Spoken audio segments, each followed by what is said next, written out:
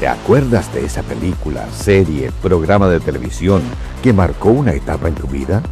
¿O ese videojuego que te voló la cabeza?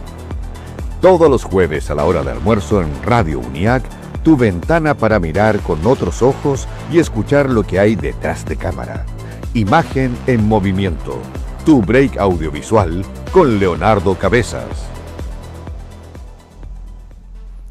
Comenzamos el capítulo número 10 de Imagen en Movimiento por Radio UNIAC. Soy Leonardo Cabezas y te doy la bienvenida a este espacio de artes audiovisuales y todo el mundo del cine. Les recuerdo que nos pueden escuchar a través de radio.uniac.cl, también a través de nuestro YouTube Radio UNIAC, seguirnos en Instagram Radio UNIAC y comentar en todas las redes sociales con los hashtags Radio UNIAC e Imagen en Movimiento. En este 10º capítulo estaremos conversando con Ladislao Palma, quien es documentalista, realizador audiovisual, cofundador del movimiento ciudadano de activismo medioambiental Chao Pescado, que viene a hablar de su nuevo documental Transición Injusta. Vamos a hablar sobre el tema de las termoeléctricas en Chile, su impacto en la salud y en la vida de las comunidades. Pero ahora, como cada jueves, recibimos a Raúl Rojas Montalbán, nuestro panelista y crítico de cine especializado en historia del arte. ¿Cómo estás, Raúl? Bien, aquí trayendo cine chileno esta semana. Estuviste en la van premier de una nueva película que se llama Calle, con K, K-A-Y-E. Calle de Juan Cáceres, el mismo director de Perro Bomba. Muy interesante el foco que tiene, infancia, pero una infancia enfocada, ¿cierto?, en lo popular, en Tomás, San Antonio. Y de nuevo se provoca esta idea de que hay cierto cine chileno que está explorando nuevas locaciones, nuevos lugares, y eso me parece como que abre un abanico distinto en cuanto a la representación de la realidad y sobre todo del estado actual de la sociedad chilena. En eso, ¿cierto?, lo que un poco destaca es el trasfondo de la película. ¿Dónde ocurre esta infancia? ¿Dónde ocurre este dolor o este duelo de una niña, ¿cierto?, frente a la pérdida de una amiga, ¿cierto? Claro. Y el foco que tiene un poco es lo que está ocurriendo actualmente. El gobierno hoy está sacando a la gente de las tomas. Y sobre todo hay, también es un poco como interesante que refleje eso, que hay 5.000 personas en campamentos en San Antonio. 5.000 personas. ¿Solo en San Antonio? Solo en San Antonio. Y eso también un poco refleja la migración, cómo está viviendo, ¿cierto?, el chileno de estratos bajos y populares. Y ahí yo creo que hay un foco y una película que también se demoró 5 años en producirse. Que también hay un valor ahí, pero 5 años donde llegas al momento de su estreno, se estrena hoy, reflejando un poco la realidad, o sea, como lo que está pasando actualmente hoy. O sea, ¿cuál es el punto? O sea, como se está expropiando a la gente, pero ¿qué se hace con esa gente? Son como las soluciones parche, ¿no? Claro, o sea, como sacar a esa gente, expropiar de terrenos privados, ¿cierto? Pero ¿dónde va a ir a vivir esa gente? Es un poquito también lo que vamos a estar hablando en un rato más con nuestro invitado, de estas soluciones como de grandes eventos políticos para decir que se está haciendo algo, pero es solo una pequeña medida para la prensa. Claro, o sea, como que se muestra, ¿cierto? Estamos erradicando el campamento, sí, pero ¿y a dónde va a ir esa gente después? ¿Cuál es la solución final? Y enfocarse en eso, o sea, como ¿qué es lo que ocurre, ¿cierto?, en esas infancias, cómo se vive en un lugar precario, donde no hay entretención, lugares, colegios, ¿cierto? Entonces ahí también hay que preguntarse, bueno, ¿qué infancia estamos cuidando? O sea, como hay algo bien interesante ahí en ese reflejo de mostrarte lo que está pasando hoy en Chile. Cuéntame un poco cómo estuvo esa van premier que fue producida por Storyboard Media, distribución, que nuestro invitado la semana pasada, Cristian Sandoval, aquí nos invitó cordialmente, a Matucana 100. ¿Cómo estuvo ese evento? ¿El equipo realizador presentó la película? Todo el equipo realizador, ¿cierto? Yo creo que hay que valorar un poco el esfuerzo de una película chilena que se demora mucho tiempo en producirse con fondos audiovisuales, un poco lo que hablamos con nuestro amigo la semana pasada. Fondo audiovisual, pero quizás también muchos recursos propios, porque para mantener un proyecto 5 años, yo creo que más... Claro, ahí está el fondo audiovisual, pero también un poco la gracia del director y el equipo de trabajo de tomar a esa gente, actores que no son profesionales, infancias, y ponerlas un poco a disposición de estos relatos. Entonces ahí está un poco el gran valor de la película. O sea, como no son actores profesionales, son niños, y el trabajo me parece muy interesante de cómo se lleva a interpretar un poco la infancia hoy. Y también es interesante también un poco el trasfondo, y la mezcla de lo popular, la infancia, el campamento, pero también la música popular, el reggaetón, ¿cierto? Está ahí como un trasfondo bien importante para la película. Es un registro de ficción, pero tú me comentabas y también que mezcla quizá estilo documental, como que está por ahí yo creo en un híbrido. No sé, sí, yo creo que hay un juego bien interesante un poco de cómo construyes esa realidad. Es un relato que construye una realidad que está muy presente, ¿cierto? Y claro, sí, hay algo híbrido un poco de esto. Tiene algo un poco de la idea de denominación de origen. De tomar esos actores populares que viven ahí y traspasarla a la realidad, ¿cierto? Entonces ahí hay un gran valor de cómo transformas ese relato y que no pierde identidad, ¿no? Es parte de ese lugar, de ese estrato, San Antonio, campamentos populares, ¿cierto? Y cómo te muestra. Pero no está necesariamente, el conflicto no está necesariamente enfocado en esta idea en los campamentos, sino que hay un dolor, hay una pérdida, ¿cierto? Y habría que preguntarse, y ahí está creo que el trasfondo realmente potente, ¿cuántas infancias, cuántas personas han muerto por balas locas? Es como el gobierno siempre ha puesto como foco en estos, no sé, narcofunerales. Muchas balas, mucha metralleta, ¿cierto? Como una despedida un poco, algo narco, hay algo ahí. Pero ¿qué es lo que ocurre ahí con eso? Que el impacto que tiene, ¿cierto? Donde se pierde una infancia, ¿cierto? Y interesante también, o sea, ayer falleció un niño. Producto de la delincuencia. De la delincuencia, sí. Entonces la película un poco toma esa idea un poco de, claro, en ese entorno precario, difícil, ¿cierto? No nos estamos preocupando de los niños, que son el futuro. Y eso ahí hay un valor bien grande en reflejar eso. Y claro, toma 5 años en salir la película, pero muy contingente. Hay un valor bien grande en ese sentido. Calle está desde hoy, va a estar disponible en todas las salas comerciales, sobre todo en Cinépolis, también en Matucana 100, en el centro de Alta Alameda, pero también a lo largo del país. Va a estar en Antofagasta, en Viña. Pueden revisar toda la información en el Instagram, @callepelícula, con KAYE, Calle Película, o en Storyboard Media también en Instagram. Ahí está toda la información. Les dejamos invitadísimos a ese estreno de cine chileno, pero también me gustaría preguntarte si tienes alguna otra película a recomendar que se te venga a la mente a raíz de Calle. A raíz de Calle habría que revisar Perro Bomba, también del mismo realizador. Habría que darle una mirada, cómo se transfiere lo popular, cómo se ha ido transformando. O sea, lo popular no es lo mismo que hace en los 80, los 90, el fenómeno inmigrante también, esta idea de los campamentos. ¿Por qué surgen? De alguna forma ha explotado esta idea de la gran cantidad de gente que está viviendo en este momento en campamentos. O sea, y lo que ocurre en esos campamentos, que se transforman como en pequeños guetos donde el gobierno, el Estado no llega, y ahí es donde aparece otras fuerzas, ¿cierto?, que llegan un poco a controlar estos espacios. Y eso ahí es interesante, cómo logra reflejar esa realidad actual en Chile.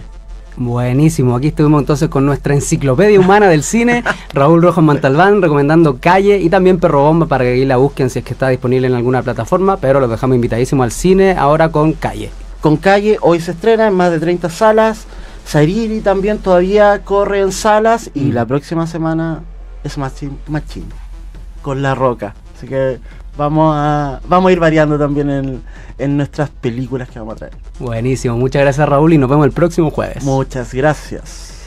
Y como les adelantaba al inicio del programa, ahora vamos a recibir en el estudio a Ladislao Palma, quien es realizador audiovisual de documentales de temática medioambiental y de denuncia. Transición Injusta, que es un nuevo documental aquí en Chile, pero también Algo Huele Mal de México. Se define también como poeta, artista escénico, cofundador del movimiento Chavo Pescado del año 2018, donde comienza a entrarse en el mundo de las termoeléctricas, el carbón y las ballenas. Viene a hablar ahora de este nuevo documental de la coalición ciudadana Chao Carbón, titulado Sujeto de Desecho, Transición Injusta, que se estrenó en el Cine Arte Alameda hace un par de semanas, pero ahora está disponible en YouTube y vamos a entrarnos en todo lo que fue este proceso de creación. ¿Cómo está Ladislao? Hola, muy bien, muchas gracias por la invitación. Gracias por estar aquí. Cuéntame, para la gente que aún no se mete a YouTube a verlo o que ve el tráiler, aparece lo que más me llamó la atención al inicio, así de frentón, es este tema de la IA. Hay una mujer que hace un relato en paralelo a la historia documental o real de Chile, que te va contando todo el contexto de las termoeléctricas, la energía, la generación de esta energía. ¿Cómo surgió esta idea de meter un personaje así de la inteligencia artificial? Fue un proceso largo, creativo, en el sentido en donde la historia que estamos contando no es una historia nueva, es la actualización de una historia conocida, que son las llamadas zonas de sacrificio, las termoeléctricas Carbón, Coronel, Quintero Puchuncaví, Mejillones, Tocopilla, Huasco. Cómo contar esta historia, cómo darle una vuelta ahora a esta... Nosotros llevamos 20 años narrando más o menos y registrando esta realidad, entonces cómo contar esto. Primero, para el proceso así bien lineal, parte con una investigación, una escaleta técnica. Casi todos nuestros documentales son muy técnicos también, con entrevistados de expertos, científicos, gente que maneja la data perfecta de todo esto. Y luego de tener la escaleta completa, era cómo podemos contar esto y darle algún ritmo. Y en eso nace el estilo que llevamos ya varios documentales aplicando, que es la trama A y la trama B, para aplicar a documentales. Una que está más en la ficción y otra que es la realidad documental más tradicional, y cómo se van mezclando. O sea, partimos de eso, ¿quién nos puede contar? Generalmente es una voz en off, cuenta los documentales, o una locución, claro, o una más tradicional sería... más tradicional. Entonces esa trama B es cómo se puede contar. Y ahí fueron, no sé, yo creo que 2 o 3 meses de cómo contar la historia y de ver posibilidades de esta trama, de cómo contarla.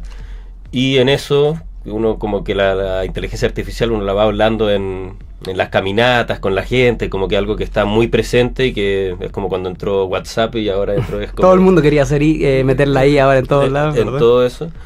Entonces la idea nace específicamente de representar a la energía, darle voz propia. ¿Cómo le damos voz a la energía? ¿Cómo hacemos que la energía nos cuente este relato? Y ahí nace, pero la IA es energía, entonces ¿por qué no lo contamos a través? Y requiere harta energía para requiere subsistir. Una cantidad de energía, y te puedo contar cómo lo hicimos para no usar la cantidad de energía que requiere y qué tipo de técnica utilizamos, eso.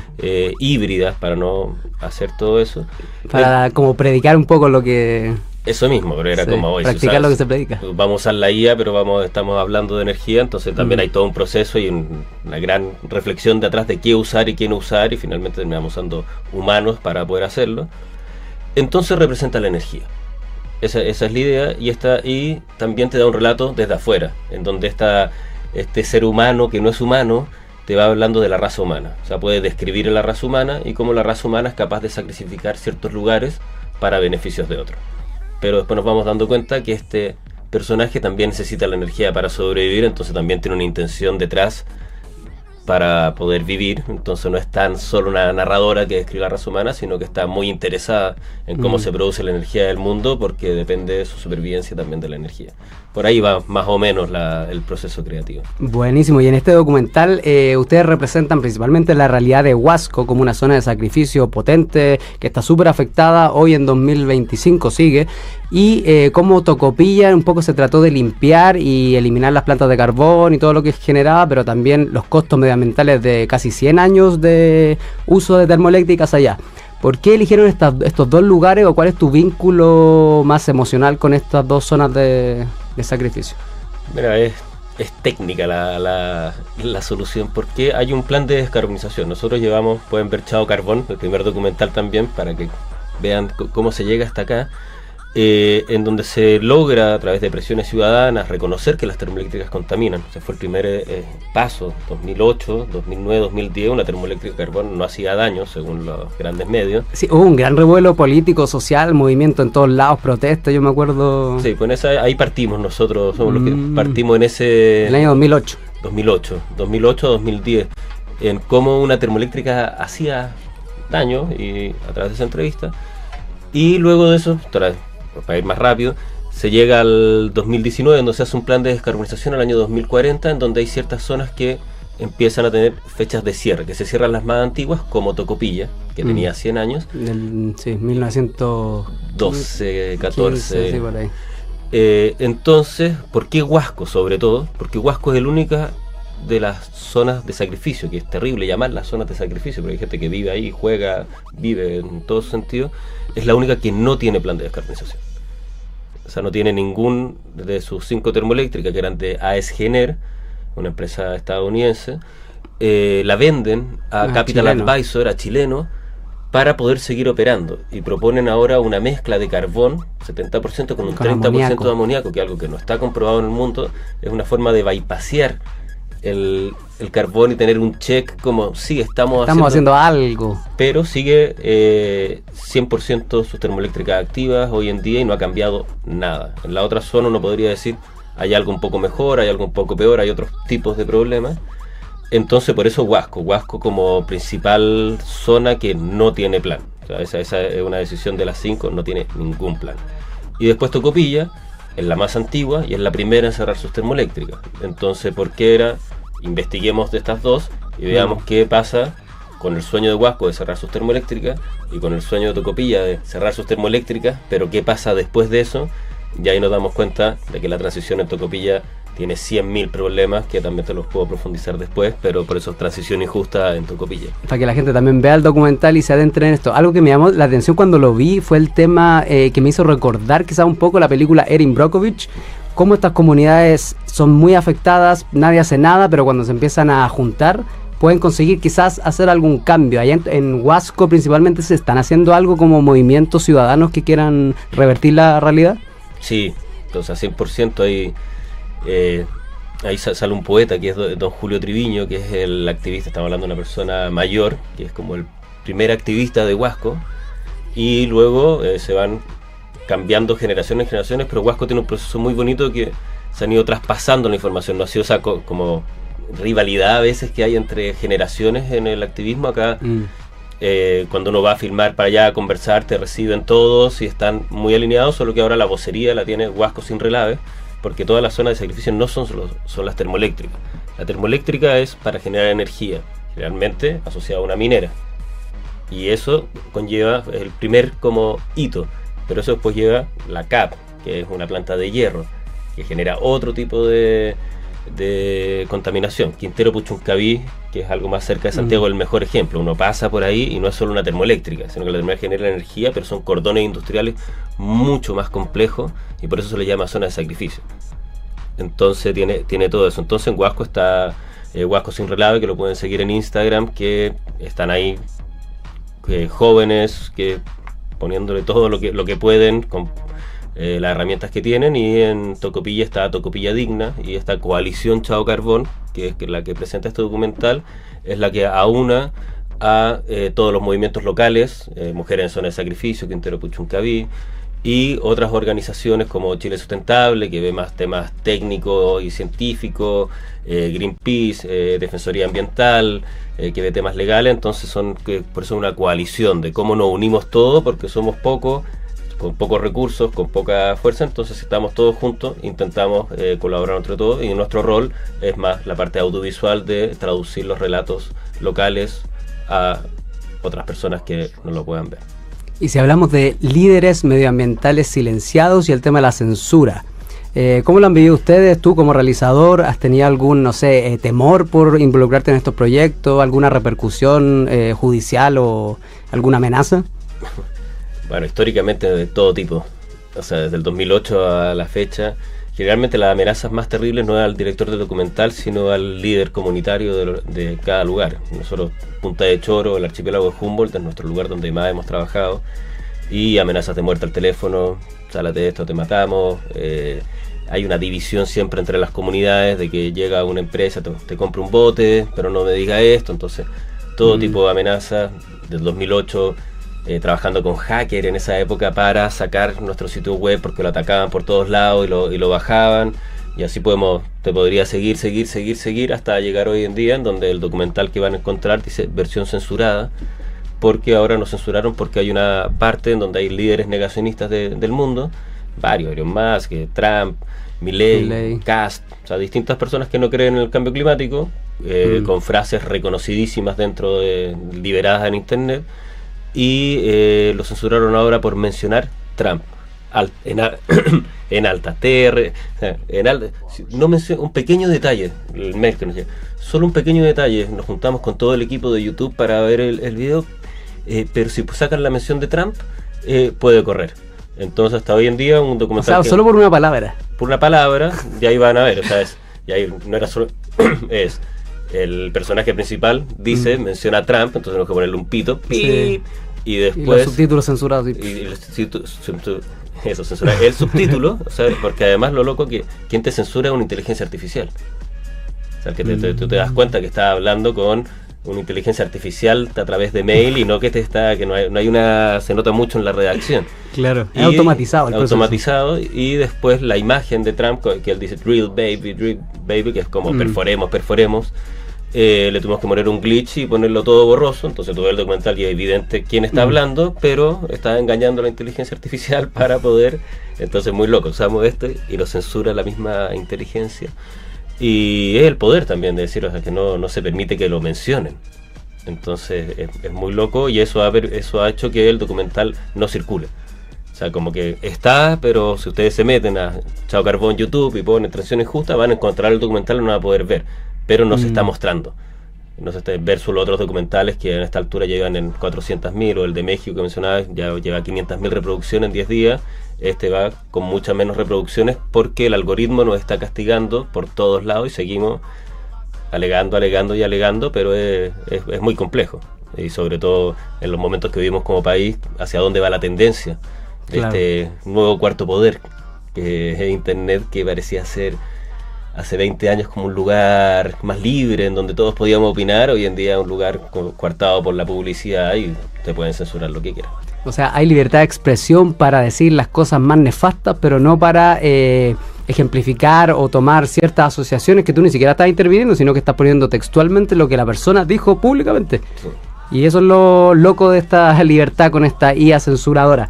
Me gustaría saber cómo ha sido la recepción de este documental en las funciones presenciales. Sé que estuvieron en el Cine Arte Alameda, no sé si han tenido otro recorrido o van a ir a otros territorios a mostrar este proyecto. Bueno, tuvimos el estreno que fue muy interesante, llegó 300 personas, tuvimos que dejar filas de gente afuera, que eso fue también como, qué sorpresa que llegue tanta gente en un tema que hoy en día no está tan como en otras oportunidades que nos tocaba lanzar documentales, en donde está como en boga. Y la recepción ha sido muy interesante. O sea, bueno, a todos les llama la atención este personaje, pero sobre todo le llama la atención de la lógica de que este personaje no es porque sí, sino que es un personaje que es una crítica al consumo energético. Yo sé que interesante como calza este personaje para contar, no te podría haber contado esta historia de otro personaje. Entonces ha sido siempre mejorando el nivel técnico. También eso ha sido bastante como reconocido, y qué buena post de sonido. Ahí Oreja de Oso de Valdivia hizo la post de sonido, y como qué buena esta post de sonido, qué buena la post de color de Lucas Añarto, la fotografía de Marcela Melej, como técnicamente muy bien. Y después son documentales tristes, entonces es un documental como que cuando termina uno quiere aplaudir, pero al mismo tiempo quiere llorar. Entonces a nivel técnico audiovisual es muy bello, pero es terriblemente bello lo que mostramos, y son las primeras tomas que vemos de Tocopilla cerrado, de las termoeléctricas en Tocopilla. Entonces uno ve que está exactamente igual, lleno de cenizas, lleno de cenizales por todos lados, la Conchuela, un plan que no tiene financiamiento, un greenwashing gigantesco de transición socioecológica justa, Tocopilla. O sea, fueron todas las autoridades para allá y mostraron como que esto está listo, y eso también engaña un poco a la población. Oye, pero si esto ya se cerró, ya no es tema. Entonces la mayor recepción es como, hoy todavía hay gente no sabía que esto todavía pasaba. No es que no sabía que había pasado, pero sobre todo es como un documental que busca recordar algo que sigue pasando y que no es tan sencillo. No es como se cierra y qué pasa después y estamos, sino que también el concepto de sujetos de desecho y como zonas sacrificables en el país. Y no hay un reconocimiento.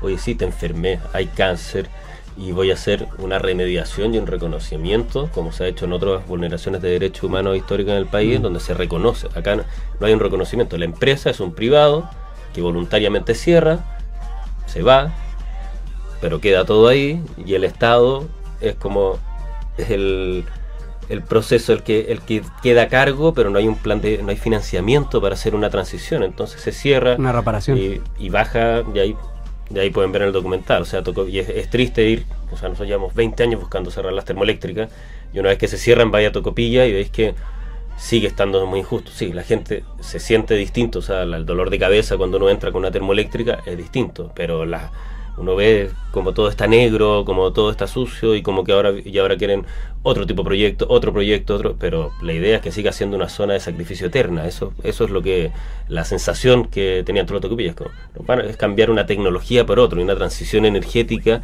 no es solo el cambio de tecnología, sino es el cambio de qué vamos a hacer. Si llevamos 100 años abusando de ustedes, y ahora que pongamos otro tipo de industria que sí, contamina un 20% menos, pero contamina en esto otro, destruye el mar en esto otro. Las termoeléctricas, no olvidemos que succionan agua de mar, la devuelven más caliente, y eso genera todo un impacto en el ecosistema, corriente de Humboldt, de Punta de Choro, ballenas. Estamos hablando de una bastante complejidad medioambiental. Estamos con Ladislao Palma, realizador audiovisual de documentales medioambientales y de denuncia. Y para endulzar esta hora de la tarde saludamos a nuestro auspiciador de cada jueves, Mazamiel Panadería y Pastelería. Su sucursal principal está en Varas Mena 177 San Joaquín, y tienen 2 sucursales en Conde, el 1807 y Seminario 07 en la comuna de Ñuñoa. Cada jueves nos acompañan aquí con un regalito para nuestros invitados, así que este es el regalo para Ladislao de Mazamiel Panadería y Pastelería. Muchas un regalito gracias, de Mazamiel. Mazamiel con Z. Y les tengo una recomendación de En el mes del terror. Se acaba de anunciar la creación de un nuevo festival de cine en Chile, D-Fans, Festival Internacional de Cine de Terror Fantástico y lo Inusual en Espacio Diana. Este D-Fans 2026 se estrenará este martes 28 de octubre en el Espacio Diana a las 20:30 horas en Arturo Prat 435 Santiago. Este nuevo festival estará dirigido por el director chileno Jorge Holguín, y el cineasta y académico Miguel Ángel Vidaurre, quien es docente de UNIAC, estará en la dirección artística. Así que les dejamos invitadísimos a revisar en Instagram D-Fans Festival. Antes de despedir esta entrevista con Ladislao, me gustaría, ¿qué mensaje le tienes para estas personas que siguen viviendo en zonas de sacrificio? ¿Cuál es esta luz de esperanza que quizás exista a futuro? A no bajar los brazos. O sea, estamos... la coalición y todos estamos intentando apoyar, no vivimos ahí, pero a no bajar los brazos, y vamos de nuevo, si es que hay que contar esta historia de nuevo, y si es que es con otro tipo de personaje, vamos a contarla en todas las formas posibles, y seguimos ahí denunciando e intentando que este tema nos hagamos responsables como país. O sea, es como si nos callamos, no existe. Entonces, si los medios nos callan, no existe. Entonces la única forma es seguir hablando de esto de todas las formas y con todas las herramientas, y como dice un gran amigo, el arte nos salvará. Buenísimo. ¿Dónde podemos encontrar más información de todos estos proyectos? Canal de YouTube de Chao Carbón, ahí están todas las películas, o en la página web de chaocarbón.cl ya pueden entrar a la parte técnica, pero ingresen a Chao Carbón YouTube y va a estar Transición Injusta, el documental Chao Carbón y toda la historia. Y también en YouTube pueden encontrar Algo Huele Mal, que es el otro documental que hicimos en México de otra historia, pero también de conflicto energético de la turistificación. Buenísimo. Muchas gracias, Ladislao, por venir a Imagen en Movimiento aquí por Radio UNIAC, y te esperamos cuando tenga algún otro proyecto que quieras promocionar. Las puertas van a estar abiertas para ti. Eso, muchas gracias por la invitación. Que estén muy bien. Gracias. Yo los dejo por esta semana con este programa de Imagen en Movimiento. Soy Leonardo Cabezas y te espero el próximo jueves a la 1:30 de la tarde con más del mundo y el quehacer audiovisual desde la ciudad de Santiago de Chile. Nos vemos en la próxima. Chao, chao, chao. Fotograma a fotograma, un cuadro por cada segundo. Te esperamos el próximo jueves con más de Imagen en Movimiento, nuestro espacio para hablar de cine, animación y creación audiovisual, donde nada es al azar. Escúchanos en Spotify y en radiouniac.cl.